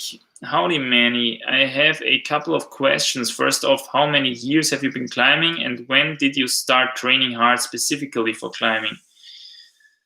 How many years? I think 11 years or something. Definitely over 10 years. When have I started and to train specifically for it? I think after around 2 years, 3 years in or something. I started in a gym. And I was in that gym for 3 years before I had my first outdoor experience. And when I had my first outdoor experience, I actually got really hooked. And then I progressed really quickly because I had a lot of power, because it was a really old school gym with a lot of small holes, bouldering gym in Vienna. And I trained a lot there, not really knowing for what actually, because I just was going to the gym. It just felt good. And then once I got outdoors on rock, I realized, wow, there are these rock routes and you can actually kind of collect them. You can tick them in a guidebook and then they are just done because they just don't go away. It's not like in a climbing gym where everything is reset at some point and then you have a lot of new problems to do. And what you did in the past will be forgotten very soon. No, on rock, the stuff stays. You can actually complete it. You can have a sense of completion, right? And this really satisfies the collector's mindset. This is also why I always say that really psyched rock climbers are collectors. They like to collect. What are they collecting? Essence, red point essence. They like to buy guidebooks where there is a little square there where you can do a tick, right? And the goal is to do just all ticks, to just tick everything. This is the collector's mindset. And I'm a little bit guilty of that as well. I like to collect stuff. And if I know it's going to stay, I can put it in my collection and it's going to stay there, then I'm satisfied. I like this kind of stuff. So yeah, that's when I started going outdoors much. And this is how everything unfolded essentially. And once I went out, I also had a reason to really train hard indoors, and that's when I started really training for outdoor climbing indoors. Although, again, as I've said previously, you don't need that at all to be super strong. You can totally be super strong outdoors without ever having touched a hangboard or a campus board.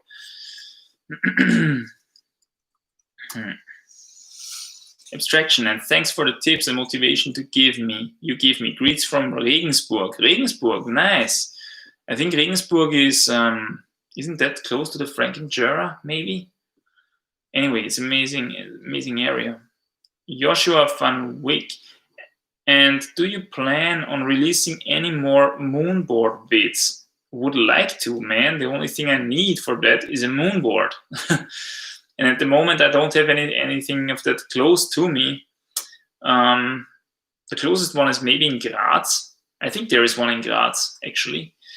And we don't have one in our climbing gym so far at the moment, unfortunately. But yeah, if I'm there, would be cool.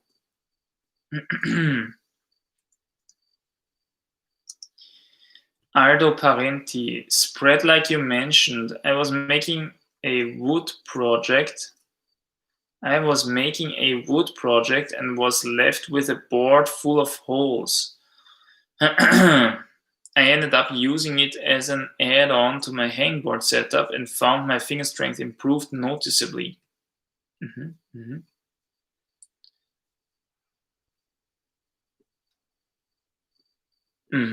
Interesting. That's talking about training fingers on a hangboard that way or that way. So apparently spreading might be the secret to amazing finger strength power. Simon Gute Kunst.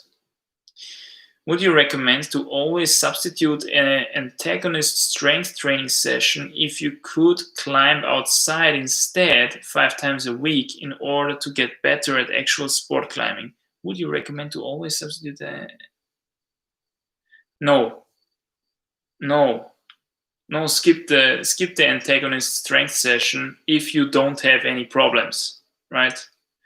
If you don't have any problems, just skip it and climb outdoors as much as possible. If you can climb 5 times a week outdoors, amazing, go for it. You're very privileged. I salute you. Go out and enjoy it. Have fun. Aldo Parenti, almost as if I was inadvertently training individual fingers at the same time. Again, I even felt a better sense of finger stability. Anyhow, thanks for taking my question. Cheers. That's interesting, man. I never tried it. I've never tried training like this on a hangboard compared to this. Maybe that's the secret. Maybe that's the holy grail of hangboarding, uncovered here on the live stream, on the Man in the Monkey live stream. That would be awesome. So I think I'm gonna finish my orange juice now. Do you want some orange juice? Yeah. Yeah. Of course. Okay, now I can finish it. There's still something left, a little bit. That's enough for you. That's enough for me, yeah. And I have to get a little bit more water again. This time I'm gonna take the proper receptacle. Erdinger Weissbier.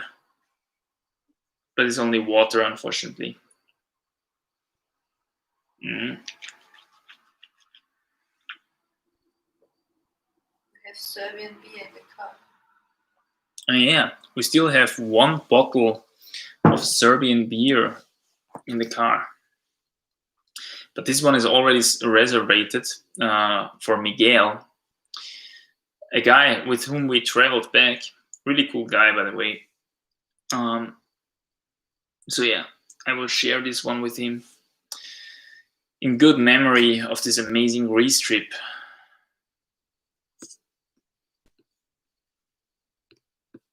All right, so let's see. Any more questions? Generalverdacht. Hi Manny, how are you? I'm fine, thanks. How are you? When did you drink your last isotonisches Hopfengetränk? And do you think Quark macht stark? Oh. Did you hear that from Alex Megos or what? Quark macht stark? Because I think that's what he said all the time, right? My last isotonisches Hopfengetränk was maybe 2 weeks ago or something, 1 week ago. Yeah. Letzte Woche beim Heimfahren. Last week? Yes. Last week when we drove home? Yeah. A little bit last week when we drove home. Was a good one, actually. And do you think Quark macht stark? Not necessarily quark, but something in the more, animal product category style of thing. These kind of foods, they definitely make stark because, yeah, it's very easily accessible protein, it's very easily accessible nutrients, right? But also anything that makes you stark, don't forget, also makes you heavier, probably. So the art really is to be stark and light at the same time. And this is probably very much due to genetics and starting age and whatnot. So yeah, this is what I can say about these quotes. Abstraction. Regensburg is closer to Altmühltal and Donau-Durchbruch and some local cracks. Okay. Altmühltal is the place with the world's first 10 minus and 10. Dude, okay, you're making me salivating here. I have to go to Google Maps, I think, and type that in. Altmühltal. Where is this place? Where is this place? Let me see. Altmühltal. Okay. Dinosaurier Museum. Nice. There is a dino museum. Okay. So well, that's close to that's at least close to the Frankenjura, right? Naturpark Altmühltal. To the north of Munich, to the south of Nuremberg, and to the west of Regensburg, if I'm not mistaken. Yeah. Sounds amazing. I gotta go there, definitely. We gotta go there. Did you hear? Altmühltal. Okay. They even have a dinosaur park. Okay, amazing. Yeah. And they have the world's first 10 9ers and 10. We have to climb that stuff. So quite cool historic place. Yeah, definitely.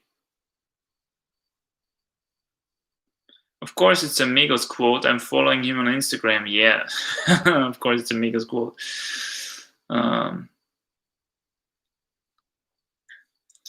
Now I know why many sense 8C Plus and IS7C, because my last isotonisches Hopfengetränk is always yesterday.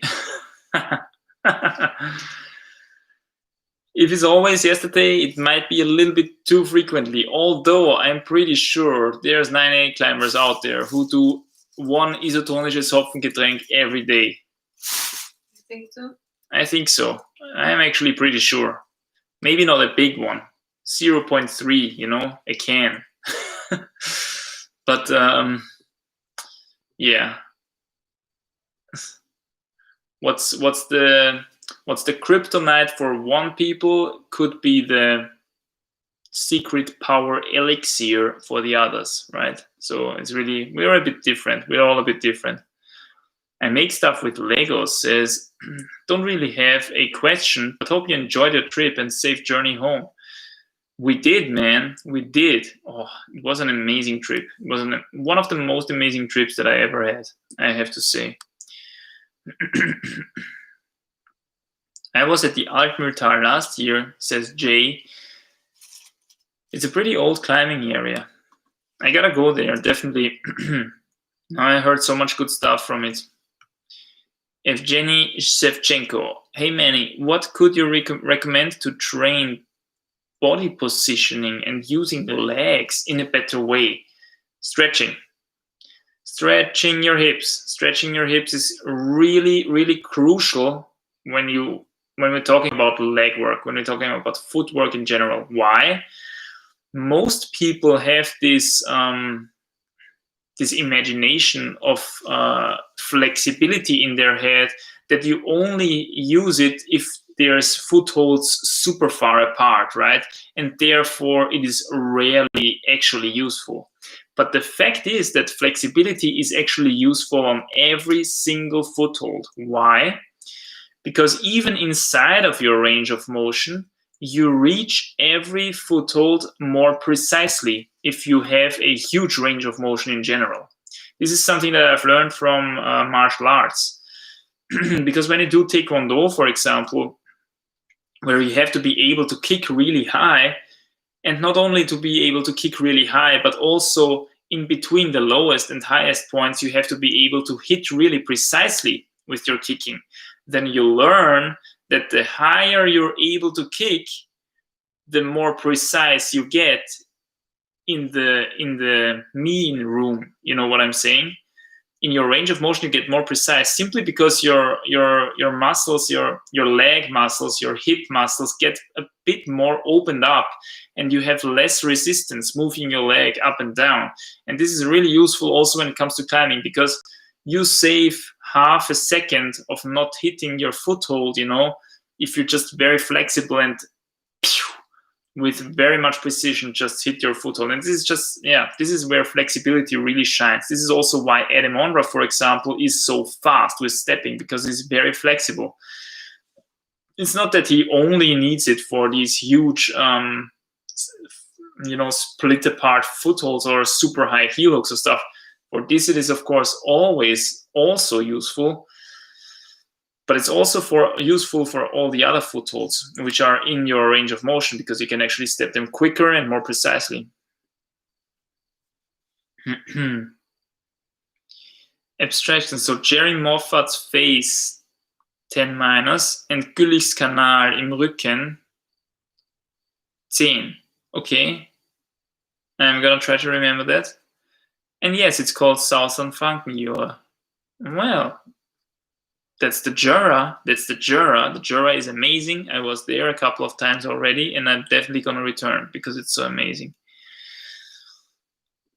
Benjamin says, "Hi Manny, I'm climbing for a year and climbing around 7A plus, 7B outdoor. I would like to go with a training plan, but I find it hard to find an appropriate plan for this level. What would you recommend?"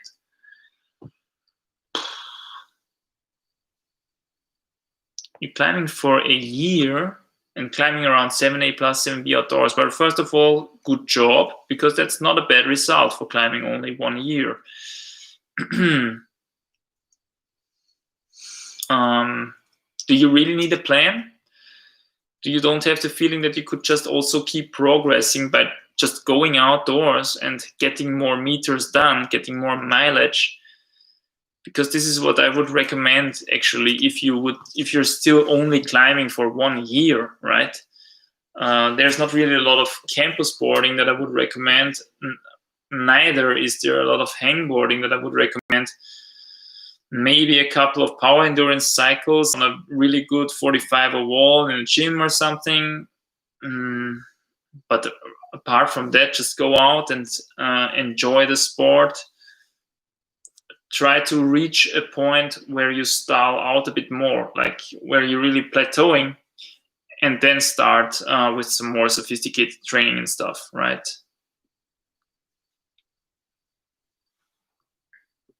Jay, but a lot of the holds are already smooth and abgegriffen. I actually don't mind that at all. I don't need the super sharp new holds, because they are actually really aggressive on the skin, and it's really with these greasy, smooth holds that you just have to hold them so much more actively. And this, of course, it makes it harder as well, but it also gives you a lot better training stimulus for your forearm muscles. And I really like that. This is something that I've learned in Merkenstein, in a really old school, small bouldering area to the south of Vienna, which is where I climbed my hardest boulder to this day, and where I had my most amazing outdoor boulder experiences so far. Just an amazing boulder area. And there as well, all the holes are super small and very, very greasy already, right? Because the area exists for quite some time already. Super toughly graded as well. A lot of fun. And you get so much stronger so quickly if you spend a couple of sessions in that forest. So yeah. Only on the easier routes, I guess. Well, there's definitely super hard routes out there which are super greasy already, that I can tell you. Generalverdacht. How did you improve your flexibility? Did you see Adam's last movie on YouTube? I was impressed on the crack climbing skills of him. I didn't see. How did you improve your flexibility? Well, stretching. I made a couple of videos demonstrating my usual stretching routine. You can check them out if you want.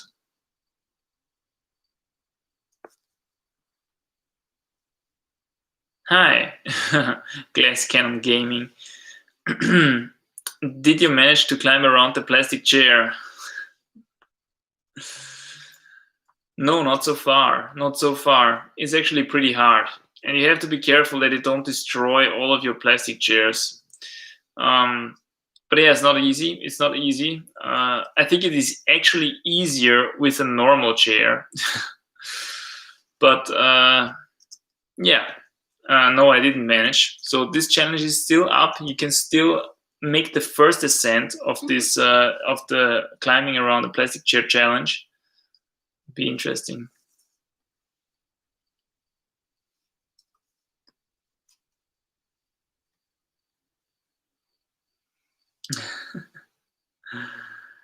just saying the climbing style in southern Franken-Jura is really different to northern. Mostly desperate technical Plattenschleicher. Oh my god, really? Desperate technical Plattenschleicher. That's usually what I don't like at all, because you're always just standing on your toes, right? And then I always get numb toes, and it just doesn't feel right. If I climb, I want to have something in my hands, right? I want to crimp something really hard. I just want to hold on really hard. But I mean, that's the old style, right? That's the old style. That's how they climbed in the past. In the past, overhangs, even though there obviously were jogs in them, were regarded as impossible, right? They thought, what? Nobody could ever go there. These are overhangs, right? It's just looking so, it just looks so hostile to the human organism that it didn't even try. Although there obviously were some holes in there, right? So that's why usually the more modern climbing is rather overhanging, super athletic. That's the new stuff, and the old stuff is more like slabby technical stuff. And this stuff can be really, really hard. Did you ever go to Schleierwasserfall? Yes, I have been there. So hard and so greasy. True, very, very greasy. In terms of grading, I did not remember. I don't have in my mind that it was so super hard graded, but it's definitely greasy there. A lot of people have been there already. Glass Cannon Gaming, thanks you. Challenge accepted. That's what I want to hear. That's what I want to hear, man.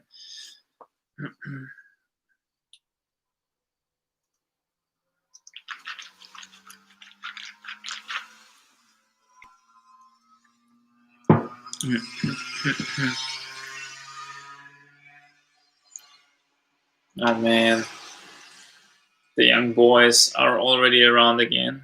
They're cruising on their super loud little motorcycles, It's mostly dead vertical, like old Verdun stuff. That could be amazing, actually. Adam Sharma, I'm sure you already answered to this question, but who is your favorite climber, male and female? Well, male is definitely Adam Ondra. Female. Female, my favorite female climber.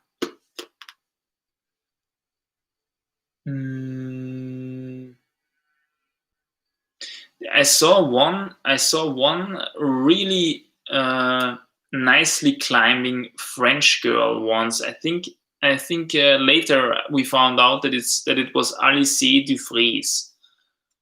But I've never seen her. I mean, she doesn't do any competitions or anything, as far as I know. And I haven't met her since then. But I think she was really strong. Maybe it's her. I don't know. I'm not really into the competition stuff so much, so I don't know the modern faces of climbing. Actually, you know what? This one Slovenian girl, which does a lot of comps. What is her name again? What is her name again? I forgot. Slovenian climbing girl. I always have the best Google searches. Janja Garnbrett, exactly. This is also a really, really impressive to watch girl, I think. Yeah, exactly. Janja Garnbrett. She's like a machine, super focused and super precise, very quickly, very perfect, and often dominating quite at her own level, right? Really amazing to watch. So yeah, maybe it's her.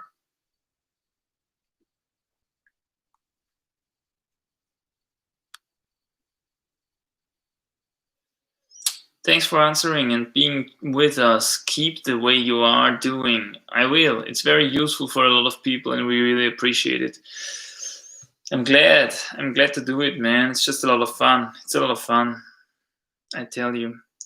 Abstraction, a bit of climbing history. in the late 80s, Güllich and Co. did the hardest routes in southern Franken-Jura and then moved to northern because they reached the max potential there. Everything harder was, and then the comment stops, I think, everything harder was just blank rock. Okay, cool. So I guess the hard stuff like Action Direct and something is also in the northern Franken-Jura. And the style evolved to steeper terrain. Yeah, exactly.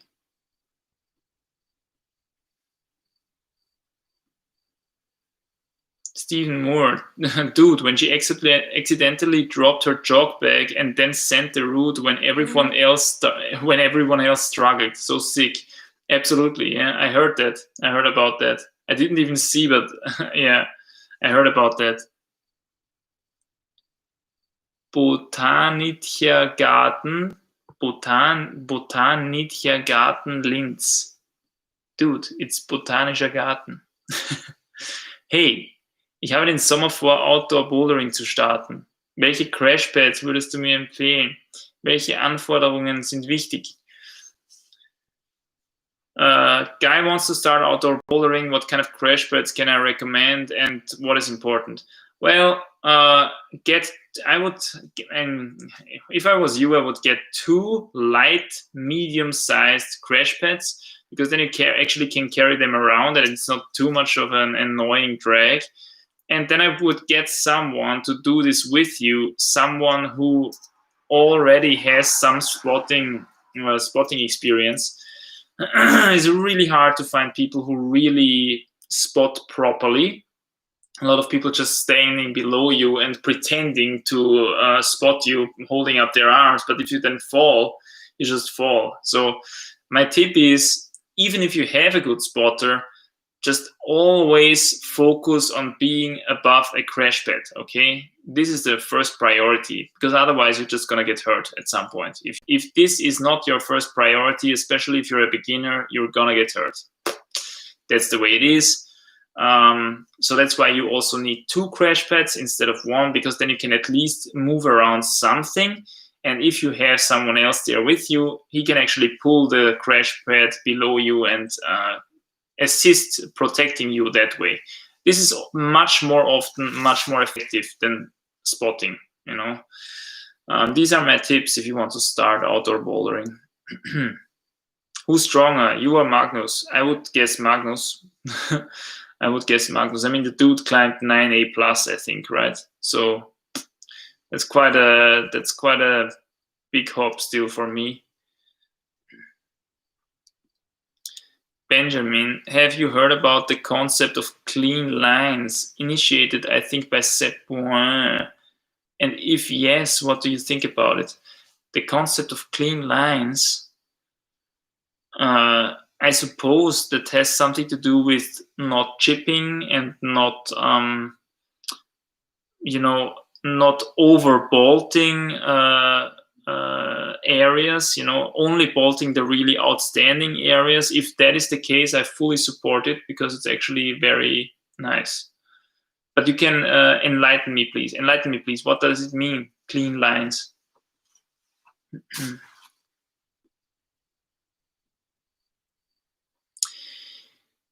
Niccolò Dalmonego. Males and females have overall a different climbing style. Male are generally more powerful and females are generally more technical. What do you personally prefer?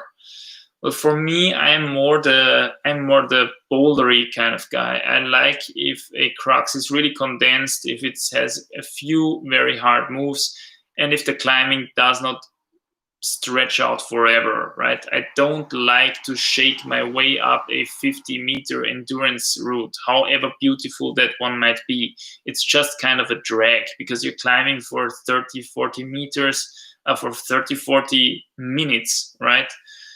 And you're producing so much lactate, you're using so much oxygen in your body. I don't know, I just also don't have the feeling that it's super healthy. But yeah, if it's just really powerful and short, I mean, that's fun, right? That's what you want to have. You want to have condensed climbing, 2-3 moves at the start, and then boom, let's go, hard move, hard move, hard move. That's what I like.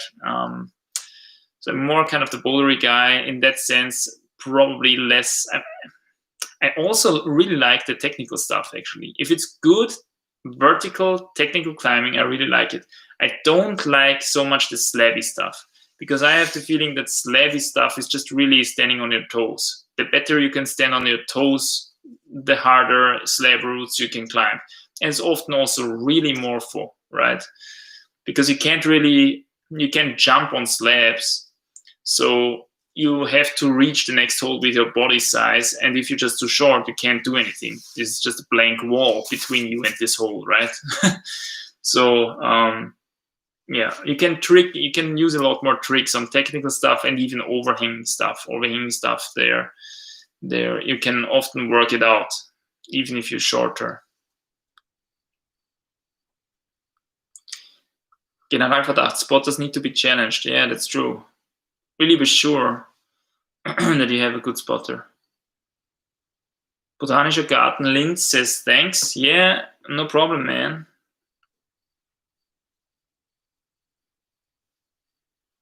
Stephen Moore, yeah, sure, Magnus is strong, but who learned to speak English on their own via YouTube? Many for the win.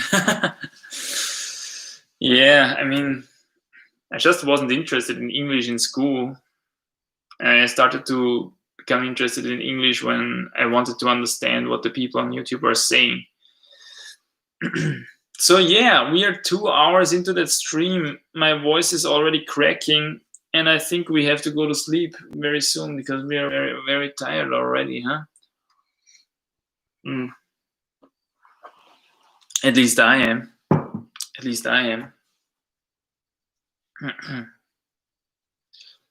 How did your friends react to stopping being vegan? Were they upset?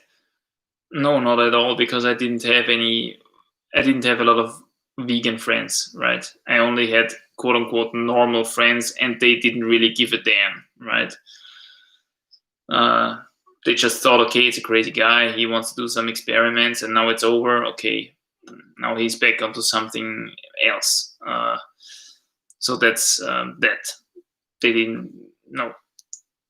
Who was upset, of course, was a huge part of my following on YouTube, because if you are a somewhat known to be vegan figure on social media, then you also attract this kind of echo chamber.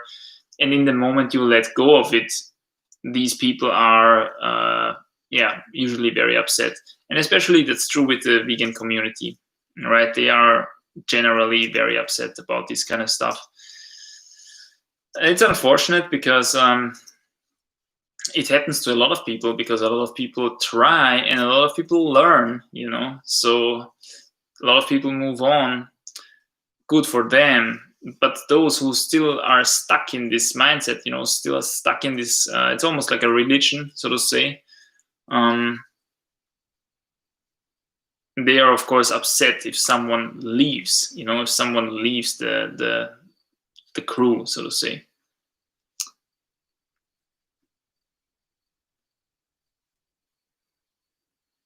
Have you ever been on Sauzahn N-Star? Not sure. I think I actually have been there. How many pull-ups can you do? I don't know at the moment. I only know my record was something with 30. I think 32. But that was just stupid. Just stupid much training for pull-ups. Not necessary at all. Drinking water from a beer glass. Approved. Oh yeah. So Austrian. Yeah, absolutely. Stephen Moore, I'm vegan and I'm still here, man. You do you, Manny. Everyone is on their own journey. Exactly. And back then when I was on my vegan journey, I wouldn't listen to anyone else as well. So I would never now expect someone else to listen to my experience, even though I have been through this stuff, right? we all are on our own journey. That's absolutely true. We have to make our own experiences. How's your Greek by now? Τι κάνεις? Είμαστε καλά, είμαστε πολύ καλά. Είμαστε στο σπίτι, στο Αυστρία και ο καιρός είναι καλός.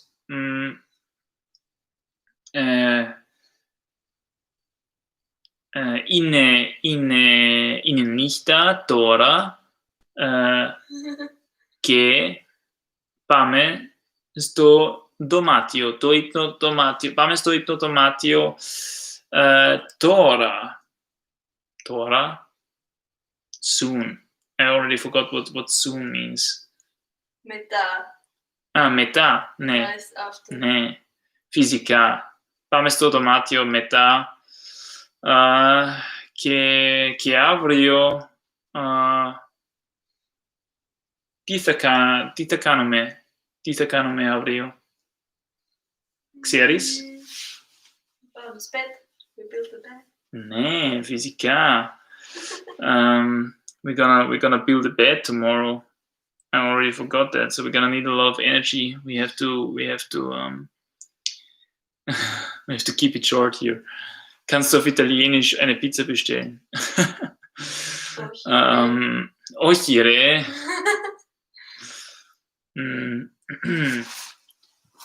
Una pizza, por favor. Una pizza, por favor. No, por favor. S'il vous plaît, por favor. Prego. Because por favor is Espanol, of course. But I don't know if it's also Italian. Schon fast fertig. Nice. Another baby hat. That's gonna be a small little baby head. That was my project the last 2 hours. Yeah, but looks really nice and feels actually the wool is really nice, huh? Yeah. The wool feels really nice. Merino wool. Merino wool. It's per favore, ok, per favore. Una pizza per favore. Una 4 stagioni, per favore.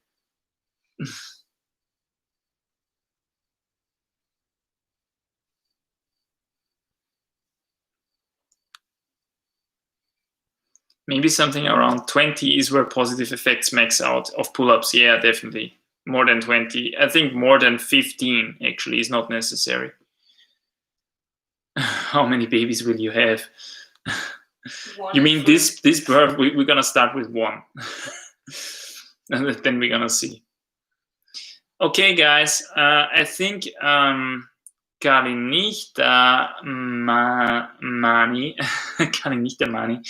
Kalynita Rain. We're gonna close it down now. We're exceeding 2 hours here already, and my voice is already cracking. I wish you all a good night. Thanks for joining the stream. Was a lot of fun today. Again, we're gonna repeat it probably at some point. I will just check out what the video quality looks like afterwards, and yeah, how the connection was and everything. And we could make this a bit of a regular thing, maybe once every 2 weeks or something like that. Put a live stream out there. Zaijian, bye in Chinese. Okay, Zaijian. Bye-bye. I'm gonna see you soon on Saturday with the next video, hopefully. And yeah, tomorrow we're gonna build a bed. It's gonna be probably pretty exhausting. So I wish you a great evening. Have a nice one. Bye.